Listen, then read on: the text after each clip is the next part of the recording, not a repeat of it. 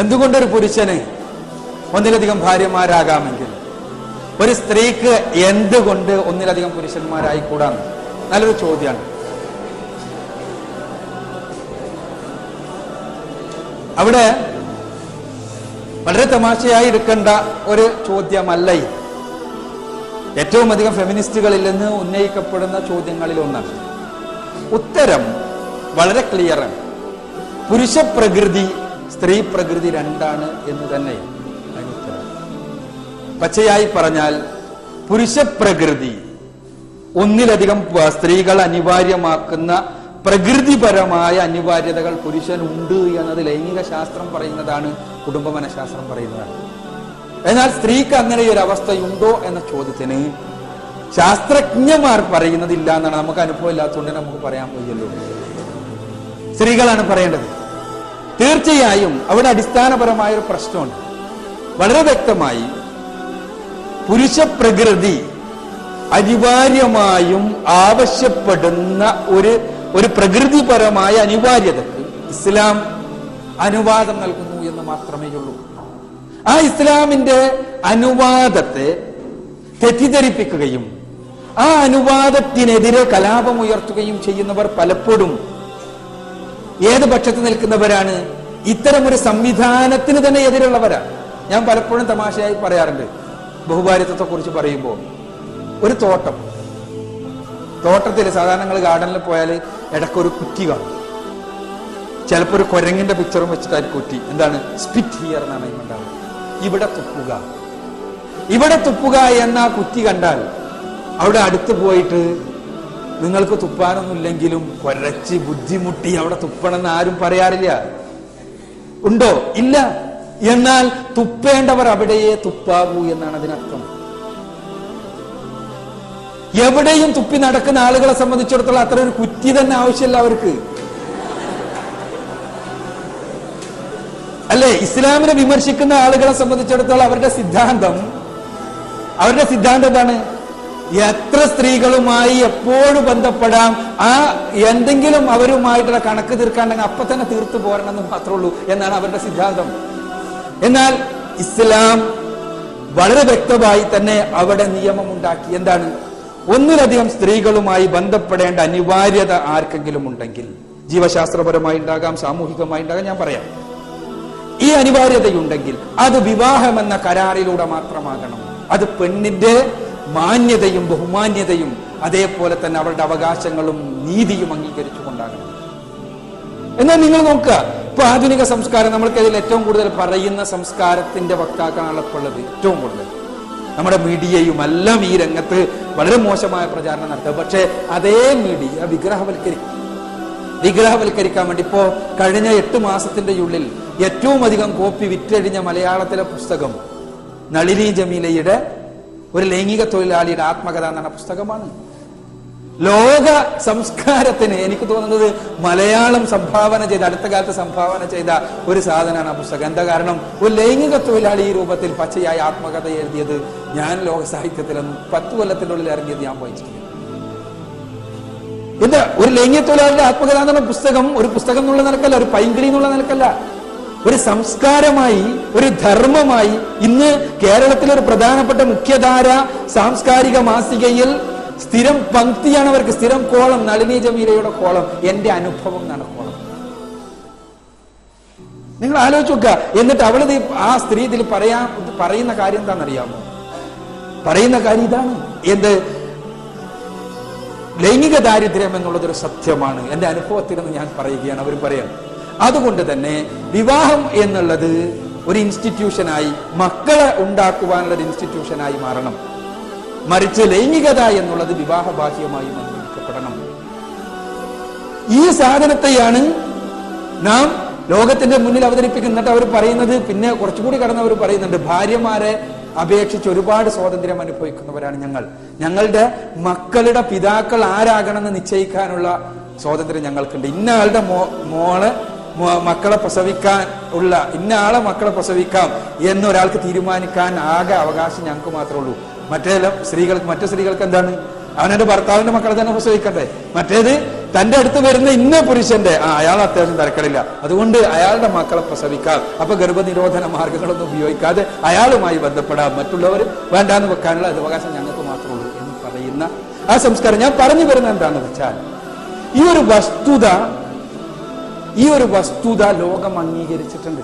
നിങ്ങൾ ആലോചിച്ച് നോക്കുക, ബഹുഭാര്യത്വം നിയമം മൂലം നിരോധിക്കപ്പെട്ട രാഷ്ട്രങ്ങളിൽ നിയമപരമാണ് പ്രോസ്റ്റിറ്റ്യൂഷൻ, അല്ലെങ്കിൽ ആ രൂപത്തിലുള്ള പ്രവർത്തനം. ഇംഗ്ലണ്ടിൽ നിയമം മൂലം ബഹുഭാര്യത്വം നിരോധിക്കപ്പെട്ടിട്ടുണ്ട്. ഇംഗ്ലണ്ടിൽ ഒരു ഇംഗ്ലീഷുകാരന് ഒന്നിലധികം ഭാര്യമാരെ സ്വീകരിക്കാൻ പറ്റില്ല നിയമപ്രകാരം. എന്നാൽ എത്ര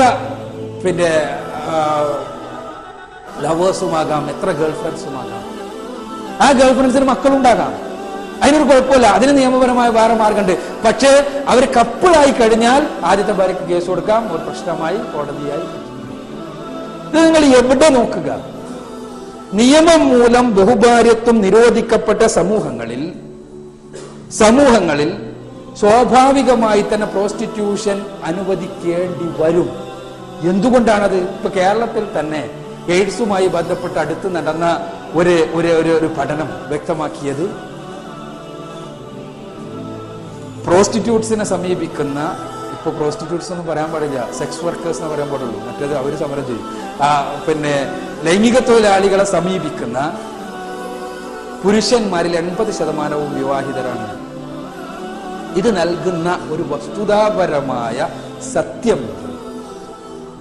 അത് പുരുഷ പ്രകൃതിയുമായി ബന്ധപ്പെട്ടതാണ്. പെണ്ണുങ്ങൾക്ക് പറഞ്ഞാൽ മനസ്സിലായിക്കൊള്ളണമെന്നില്ല. പുരുഷ പ്രകൃതിയുമായി ബന്ധപ്പെട്ട ഇത്തരം രംഗങ്ങളിലാണ് പുരുഷനെയും പെണ്ണിനെയും അറിയാവുന്ന പടച്ചവന്റെ നിയമമാണ് മാനവികം എന്ന് നമ്മൾ പറയാൻ കാരണം. ഇസ്ലാം പറയുന്ന അത്രേ ഉള്ളൂ. തീർച്ചയായും പുരുഷൻ പെണ്ണിനെ പരിശോധിച്ചാലും പെണ്ണ് പുരുഷനെ പരിശോധിച്ചാലും അവിടെ മാനദണ്ഡങ്ങൾ അവനവന്റെ മാനദണ്ഡമാകുമ്പോൾ അവിടെ പക്വമാവുകയില്ല മാനദണ്ഡം. അതുകൊണ്ടാണ് ഇസ്ലാം പറയുന്നത് പടച്ചവന്റെ നിയമമാണ് നടപ്പാക്കേണ്ടത്. ഈ രംഗത്ത് നിങ്ങൾ നോക്കുക, വ്യക്തിപരമായ അനിവാര്യതകൾ ഉണ്ടാകുന്ന രംഗങ്ങളുണ്ട് ബഹുഭാര്യത്വം. ഞാൻ പറഞ്ഞു, ഒന്ന് ലൈംഗികത തന്നെയാണ്. രണ്ടാമത്തെ സ്ത്രീയുടെ വന്ധ്യത, സ്ത്രീയുടെ മാറാരോഗം, ഇങ്ങനെ ഒരുപാട് പ്രശ്നങ്ങളുണ്ട്. മാറാരോഗത്തിൽ പെടുന്ന സ്ത്രീയെ സംബന്ധിച്ചിടത്തോളം അവരുടെ പുരുഷൻ എന്ത് ചെയ്യണം എന്നുള്ള ചോദ്യമുണ്ട്. നിങ്ങൾക്കറിയാലോ, കേരളത്തിന്റെ സാംസ്കാരിക വകുപ്പ് പ്രസിദ്ധീകരിച്ച ഒരു പോസ്റ്റർ ഉണ്ടായി, എയ്ഡ്സിനെതിരെയുള്ള പോസ്റ്റർ. എന്താണ് നമ്മുടെ സമൂഹത്തിലെ, പ്രത്യേകിച്ചും കേരളത്തിലെ തന്നെ ഒരു മധ്യവർഗ സമൂഹത്തിന്റെ അവസ്ഥ എന്താണ് ആ പോസ്റ്റർ തന്നെ വ്യക്തമാക്കിയിരുന്നു. എന്താണത് പോസ്റ്റർ? യാത്രക്ക് വേണ്ടിയുള്ള വേഷമിട്ടിട്ട് സൂട്ട്കേസുമായിട്ട് പുറത്തിറങ്ങാൻ വേണ്ടി നിൽക്കുകയാണ് ഭർത്താവ്. നിൽക്കാൻ വേണ്ടി നിൽക്കുമ്പോൾ ഭാര്യ വീട്ടിലെ ഒരു വസ്ത്രമിട്ടിട്ട് ഭാര്യ നിൽക്കുന്നുണ്ട്. ഭാര്യ ഇങ്ങനെ കയ്യിൽ ഒരു പെട്ടിയും ഇങ്ങനെ നീട്ടി കൊടുക്കുന്നുണ്ട്. എന്നിട്ട് ഭാര്യ പറയുന്നത് എന്താണെന്നറിയോ? ഇതും കൂടി അതിൽ വെച്ചോളൂ. എന്താ, ഗർഭനിരോധന ഉറയാണ് കയ്യിൽ, ഇതും കൂടി വെച്ചോളൂ. നിങ്ങൾ എനിക്ക് ശരിക്കും അറിയാലോ, നിങ്ങൾ പോയി വരുമ്പോ രോഗമായിട്ട് ഇങ്ങോട്ട് വരണ്ട, അസുഖം എയ്ഡ്സ് ആയിട്ട് ഇങ്ങോട്ട് വരണ്ടാണ്. കേരളത്തിന്റെ സാംസ്കാരിക വകുപ്പ് പ്രസിദ്ധീകരിച്ചതായിരുന്നത്. കേരള സംസ്കാരത്തിന്റെ നഖചിത്രം അവതരിപ്പിക്കുന്നതാണ് ഇതിനർത്ഥം. എനിക്കറിയാം, നമ്മുടെ കേരളത്തിലെ മധ്യവർഗ സമൂഹത്തിൽ നല്ലൊരു ശതമാനം സ്ത്രീകൾക്കും അറിയാം തങ്ങളുടെ ഭർത്താക്കന്മാർ പുറത്ത് പലരുമായും ബന്ധപ്പെടുന്നുണ്ട്. അവർക്ക് അതിലൊരു പ്രശ്നമല്ല, അവർ വിവാഹിതരാകുമ്പോൾ പ്രശ്നമാകുന്നു മാത്രമേ ഉള്ളൂ. അവിടെയാണ് പ്രശ്നവും. ഇസ്ലാം ഇത് പറഞ്ഞു പറ്റൂല. നിയമം എന്നുള്ളത് നിങ്ങൾക്ക് അനിവാര്യമാണോ ഒന്നിലധികം സ്ത്രീകളുമായി ബന്ധപ്പെടേണ്ടത് എങ്കിൽ അത് വിവാഹത്തിലൂടെയോ പാടുള്ളൂ.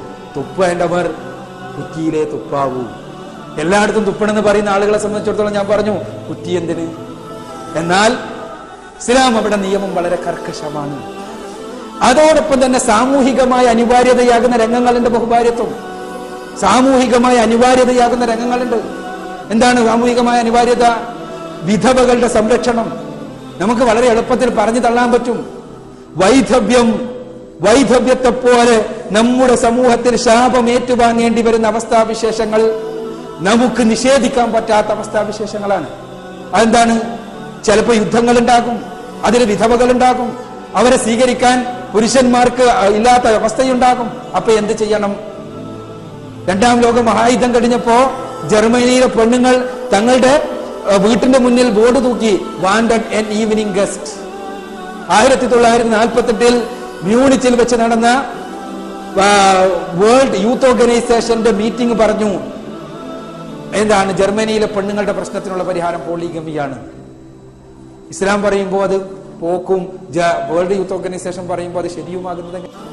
അപ്പൊ ഞാൻ പറഞ്ഞു വരുന്നത് പ്രകൃതിപരമാണ് ബഹുഭാര്യത്വം എന്നാണ്. സഹോദരിയുടെ ചോദ്യം പൂർണ്ണമാകുന്നില്ല. അത് ശരിയോ തെറ്റോ എന്നല്ല ചോദിച്ചത്, പക്ഷെ സ്വാഭാവികമായിട്ട് ആ ചോദ്യത്തിന് പറയണമെങ്കിൽ പൂർണ്ണമാവണം എന്നുള്ളതുകൊണ്ടാണ് ഞാൻ അതിന്റെ ഒന്നാമത്തെ ഭാഗം പറഞ്ഞത്. എന്തുകൊണ്ട് ഞങ്ങൾക്ക് ഇത് അവകാശം അനുവദിച്ചില്ല എന്നാണ് ചോദ്യം. അതിനുള്ള ഉത്തരം അത് പ്രകൃതിപരമല്ല എന്ന് തന്നെയാണ്. ബഹുഭർത്തൃത്വം പ്രകൃതിപരമല്ല. ആരോഗ്യമുള്ള ഒരു പുരുഷൻ ഭർത്താവായിട്ടുണ്ടെങ്കിൽ സ്ത്രീ ഒരവസ്ഥയിലും ഒന്നിലധികം പുരുഷന്മാരുടെ സാമീപ്യം കാക്ഷിക്കുന്ന, അനിവാര്യമാക്കുന്ന ഒരവസ്ഥയും സ്ത്രീക്കുണ്ടാവില്ല. ഒരവസ്ഥയും ഉണ്ടാവില്ല. അങ്ങനെ വല്ലതും ഉണ്ടെങ്കിൽ അത് രോഗമാണ്. ആ രോഗം ചികിത്സിക്കേണ്ടതാണ്. ഇത് ഞാൻ വെറുതെ പറയുന്നതല്ല. ലൈംഗിക മനഃശാസ്ത്രജ്ഞന്മാർ കൃത്യമായി അനലൈസ് ചെയ്തിട്ടുള്ള കാര്യമാണ്. നിങ്ങൾക്ക് പരിശോധിച്ചാൽ കാണാൻ കഴിയും. മാസ്റ്റേഴ്സ് ജോൺസന്റെയും അതേപോലെ തന്നെ ഹാവ്ലോക്ക് എല്ലിസിന്റെയും നമ്മുടെ പ്രകാശ് കോത്താരിയുടെയും എല്ലാം പഠനങ്ങൾ പരിശോധിച്ചാൽ കാണാൻ കഴിയും. അപ്പൊ ഇനി എന്തുകൊണ്ട് പ്രകൃതിപരമല്ല? ശ്രദ്ധിക്കുക, എന്തുകൊണ്ട് പ്രകൃതിപരമല്ല എന്താന്ന് വെച്ചാൽ, ഇത് ഞാൻ പറഞ്ഞു സ്ത്രീക്ക് ഒരിക്കലും അനിവാര്യമാകുന്നില്ല. ഇനി അനുവദിച്ചാലോ പ്രകൃതി വിരുദ്ധമാവുകയും ചെയ്യും. അതെന്താ പ്രകൃതി വിരുദ്ധമാകുന്നത്? ഒന്നാമത്തെ പ്രശ്നം എന്താ? ബഹുഭർത്തൃത്വം ഉണ്ടായാൽ ഭർത്താക്കന്മാർക്കിടയിൽ പെരുമാറ്റച്ചട്ടം വേണ്ടി വരും, അല്ലെ? എന്താണ്? ഒരു ഭർത്താവ് ഇത്ര ദിവസം ഇത്ര സമയത്ത് ഇത്ര രൂപത്തിലേ വരാൻ പാടുള്ളൂ എന്നുള്ള കൃത്യമായ പെരുമാറ്റച്ചട്ടം ഉണ്ടാവേണ്ടി വരും. ഇത് പുരുഷ പ്രകൃതിയുമായി യോജിക്കുന്നതല്ല. പുരുഷന്റെ ലൈംഗികതയും സ്ത്രീയുടെ ലൈംഗികതയും തമ്മിൽ തന്നെ വ്യത്യാസമുണ്ട്. സ്ത്രീയുടെ ലൈംഗികത എന്നുള്ളത് മെല്ലെ ഉണരുകയും മെല്ലെ തണുക്കുകയും ചെയ്യുന്നതാണ്. പുരുഷ ലൈംഗികത അങ്ങനെയല്ല, പെട്ടെന്ന് ഉണരുകയും പെട്ടെന്ന് തണുക്കുകയും ചെയ്യുന്നതാണ്. സ്ത്രീയുടെ ലൈംഗികത എന്നുള്ളത് സ്പർശനവും അതിനാവശ്യമായ സാഹചര്യവും ഉണ്ടാകുമ്പോൾ മാത്രം ഉണ്ടാകുന്നതാണ്. എന്നാൽ പുരുഷന്റെ ലൈംഗികത എന്നുള്ളത് കാഴ്ചയിലൂടെ തന്നെ അത് ഉണരുകയും അനിവാര്യമാവുകയും ചെയ്യുന്നതാണ്. അതുകൊണ്ട് തന്നെ പുരുഷ ലൈംഗികത എപ്പോഴും അതിന്റെ സംതൃപ്തി പൂർത്തീകരണം അനിവാര്യമാക്കുന്നതാണ് എന്നുള്ളതാണ് യാഥാർത്ഥ്യം. അപ്പൊ അതുകൊണ്ട് തന്നെ പുരുഷന്മാർക്കിടയിൽ ഒരു പെരുമാറ്റച്ചട്ടം എന്നുള്ളത് പ്രായോഗികമല്ല. പാഞ്ചാലിയുടെ അടുത്ത് പെരുമാറ്റച്ചട്ടം ഉണ്ടാക്കിയിട്ടാണ് അർജുനന്, ദുര്യോധന്റെ സമയത്ത് അർജുനൻ വന്നപ്പോ സ്വാഭാവികമായിട്ടും പ്രശ്നമായി. അതോ മൂപ്പര് 10 കൊല്ലത്തെ വനവാസത്തിന് പോകേണ്ടി വന്നത് അതുകൊണ്ടാണ്. അപ്പൊ അത് നമ്മുടെ കഥ, നമ്മുടെ ഇതിഹാസത്തിന്റെ കഥ. രണ്ടാമത്തെ പ്രശ്നം നിങ്ങൾ ആലോചിച്ച് നോക്കുക. ഇവൾ ഗർഭിണിയാകുന്നതോടുകൂടി അടുത്ത പ്രശ്നം തുടങ്ങി. സ്ത്രീ ഗർഭിണിയാകുമ്പോ ഗർഭാവസ്ഥയിലെ പെണ്ണിന്റെ മാനസികാവസ്ഥ എന്താന്ന് വെച്ചാൽ, തന്റെ വയറ്റിൽ കിടക്കുന്ന കുഞ്ഞിന്റെ പിതാവിന്റെ തലോടേൽക്കാനാണ് പെണ്ണ് ആഗ്രഹിക്കുക. അത് അവളുടെ മാനസികമായ അവകാശമാണ്. ഇത് ആരാണ് ആ പിതാവ് എന്ന് അറിയാത്തത് കൊണ്ട് തന്നെ അവകാശം സംരക്ഷിക്കപ്പെടില്ല. ഭർത്താവിനും അതെ, പുരുഷനും ആ സമയത്ത് പെണ്ണിനോട് തോന്നുന്ന ഒരു പ്രത്യേകമായ താല്പര്യമുണ്ട്. അത് ലൈംഗികതയിൽ അധിഷ്ഠിതല്ല, സ്നേഹത്തിൽ അധിഷ്ഠിതാണ്, മവദ്ദത്തിലും റഹ്മത്തിലും അധിഷ്ഠിതാണ്. ആ സമയത്ത് പെണ്ണിനോട് തോന്നുന്ന താല്പര്യം തന്റെ ബീജമാണിവൾ പേറുന്നത് എന്ന മാനസികാവസ്ഥയിൽ നിന്ന് തന്നെ ഉണ്ടാകുന്നതാണ്. ആ ഒരവസ്ഥയിൽ അവളെ തലോടുവാൻ അവൾക്ക് വേണ്ട അവകാശം ലഭിക്കുന്നില്ല. ആ സമയത്തുള്ള ശുശ്രൂഷ ആര് നൽകണം എന്നുള്ള പ്രശ്നം വന്നു. ഇനിയോ പ്രസവിച്ചാലോ ആരുടെ കുഞ്ഞാണെന്നുള്ള വിഷയം വന്നു. ആരുടേതാണ് മകൻ എന്നുള്ള പ്രശ്നം വന്നു, മകൾ എന്നുള്ള പ്രശ്നം വന്നു. ഇനിയോ അത് കഴിഞ്ഞാൽ അതിനെ എങ്ങനെ പോറ്റണം എന്നുള്ള പ്രശ്നം വന്നു. പിന്നെയോ സമ്പത്ത്, ആരെങ്കിലും ഒരു പിതാവ് മരിച്ചാൽ, ഇയാളുടെ ഭർത്താക്കന്മാരിൽ ആരെങ്കിലും മരിച്ചാൽ അയാളുടെ സ്വത്ത് ആർക്ക് കൊടുക്കണം എന്നുള്ള പ്രശ്നം വന്നു. കാരണം 5 ഭർത്താക്കന്മാരിൽ ഒരാളെ മരിച്ചു, ഏത് മകനാണ് ഇയാളുടേതെന്ന് മനസ്സിലാകാത്തതുകൊണ്ട് തന്നെ, ഇയാളുടേത് ഏത് മകനാണെന്ന് മനസ്സിലാകാത്തതുകൊണ്ട് തന്നെ എങ്ങനെയാണ് സമ്പത്ത് വിതരണം ചെയ്യേണ്ടത് എന്നുള്ള പ്രശ്നം വന്നു. ഇങ്ങനെ ഒരുപാട് പ്രശ്നങ്ങൾ ഉണ്ടാക്കുന്ന ഒരു പ്രശ്നം മാത്രമാണ് ബഹുഭർത്തൃത്വം. പറയാം, ബഹുഭാര്യത്വമാകട്ടെ ഒരുപാട് പ്രശ്നങ്ങൾക്കുള്ള പരിഹാരമാണ്. ഇപ്പൊ ചിലപ്പോ അടുത്ത ചോദ്യം വരും, ഇപ്പൊ ഈ പ്രശ്നമൊന്നുമില്ലല്ലോ, DNA ഫിംഗർ പ്രിന്റ് ടെസ്റ്റ് നടത്തിയിട്ട് ആ ടെസ്റ്റിന്റെ റിസൾട്ട് അനുസരിച്ച് ആരുടെ മകനാണെന്ന് കൃത്യമായിട്ട് മനസ്സിലാക്കാൻ പറ്റുമല്ലോ എന്നുള്ളതാണ്. അവിടെ ഇസ്ലാം അത് അംഗീകരിക്കുന്നില്ല. ഒരു കുട്ടിക്ക് വാപ്പാന്റെ സ്നേഹം കിട്ടണമെങ്കിൽ ലാബറട്ടറി റിസൾട്ടുമായിട്ട് ചെന്ന് ഇതാ താങ്കളുടെ വാപ്പയാകുന്നു, അതുകൊണ്ട് സ്നേഹം എനിക്ക് തരണം എന്ന് പറയുന്ന യാന്ത്രികമായ സ്നേഹ സംവിധാനത്തെ ഇസ്ലാം അംഗീകരിക്കുന്നില്ല. അത് ഹൃദയത്തിൽ നിന്ന് നിർഗളിക്കേണ്ടതാണ്. അതുകൊണ്ട് തന്നെ പ്രകൃതിപരമായി തന്നെ ഉണ്ടാകേണ്ടതാണ്. ഇസ്ലാം ബഹുഭാര്യത്വം അനുവദിച്ചത് അത് പ്രകൃതിപരമായത് കൊണ്ടാണ്, ഒരുപാട് പ്രശ്നങ്ങൾക്കുള്ള പരിഹാരമായത് കൊണ്ടാണ്. ബഹുഭർത്തൃത്വം അനുവദിക്കാത്തത് അത് പ്രകൃതി വിരുദ്ധമായത് കൊണ്ടാണ്, ഒരുപാട് പ്രശ്നങ്ങൾ ഉണ്ടാക്കുന്ന വലിയൊരു പ്രശ്നമായത് കൊണ്ടാണ്.